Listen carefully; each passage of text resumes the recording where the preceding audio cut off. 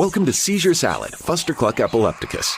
A salty, slightly cynical conversation about epilepsy, neurological disorders, and occasional random tangents. Together we explore the synaptic jolts that short-circuit one's world and the mental and emotional fallout that comes from them. And if that sounds heavy, don't worry, we don't take ourselves too seriously. And now, Seizure Salad with your host and electrostatic meat sack, Micah B-side.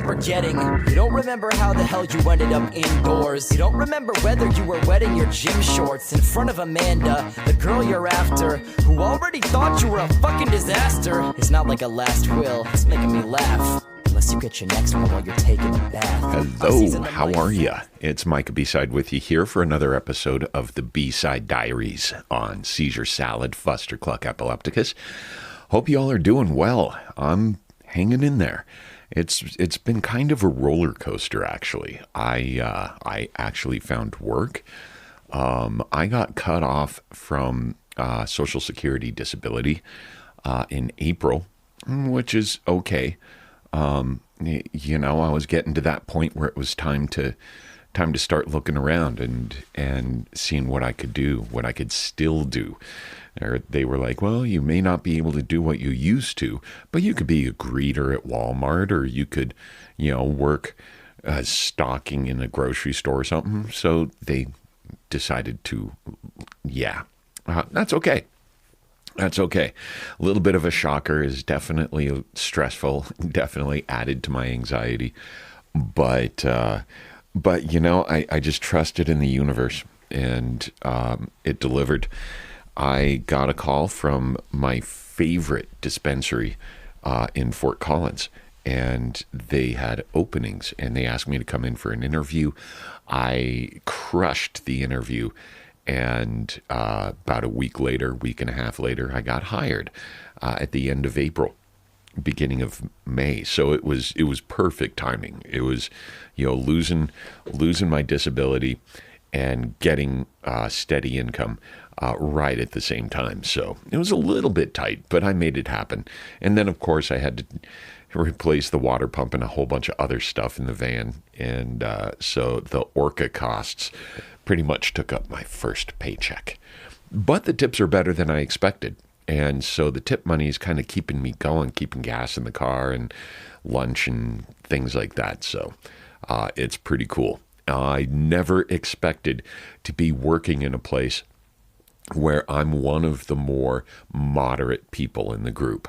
I can't really say there's anyone conservative. I mean, my God, we're all a bunch of pot smokers, of course.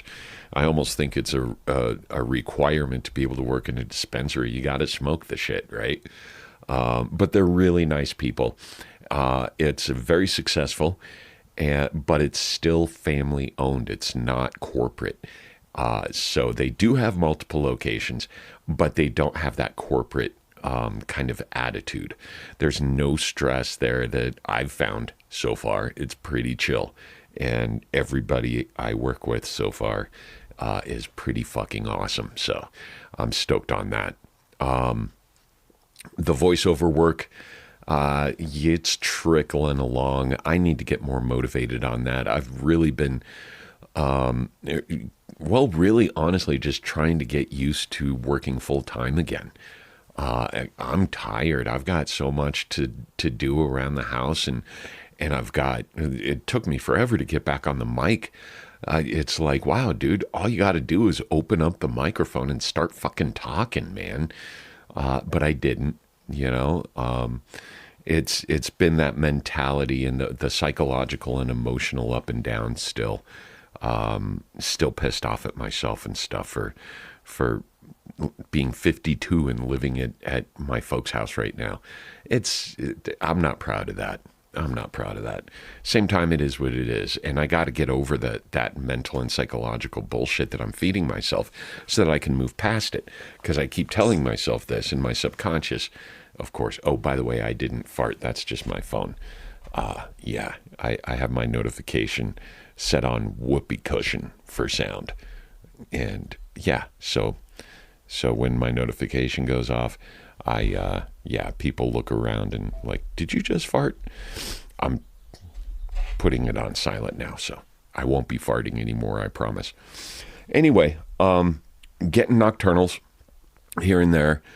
I haven't had any daytime breakthroughs, so that's good. I do struggle at times. There are days, especially if I've had a nighttime seizure.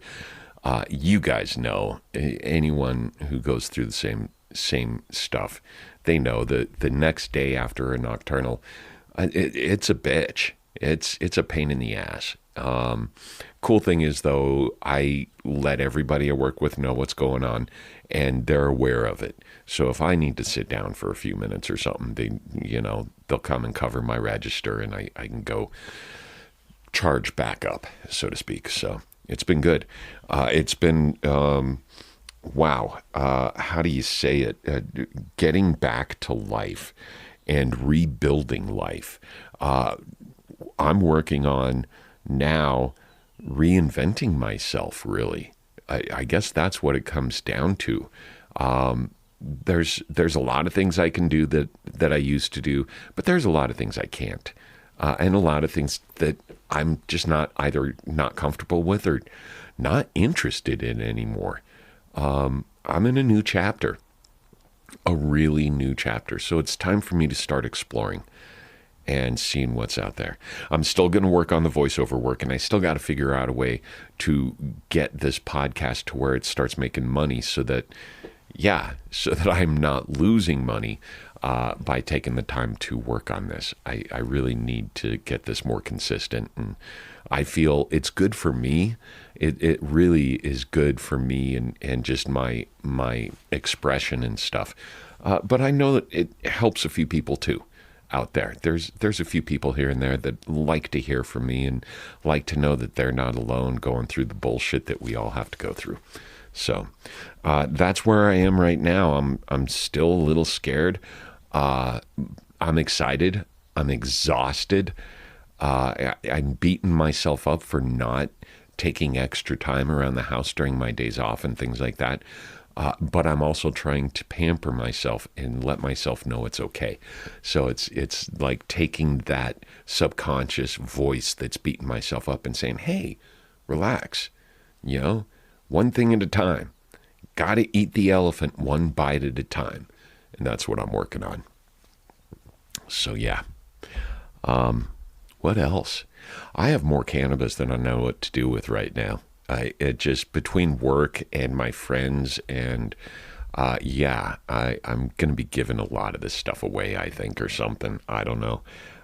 Still doing the microdosing thing. It seems to be working really well, especially when I take intention into the subject instead of just like taking a microdose and seeing what happens.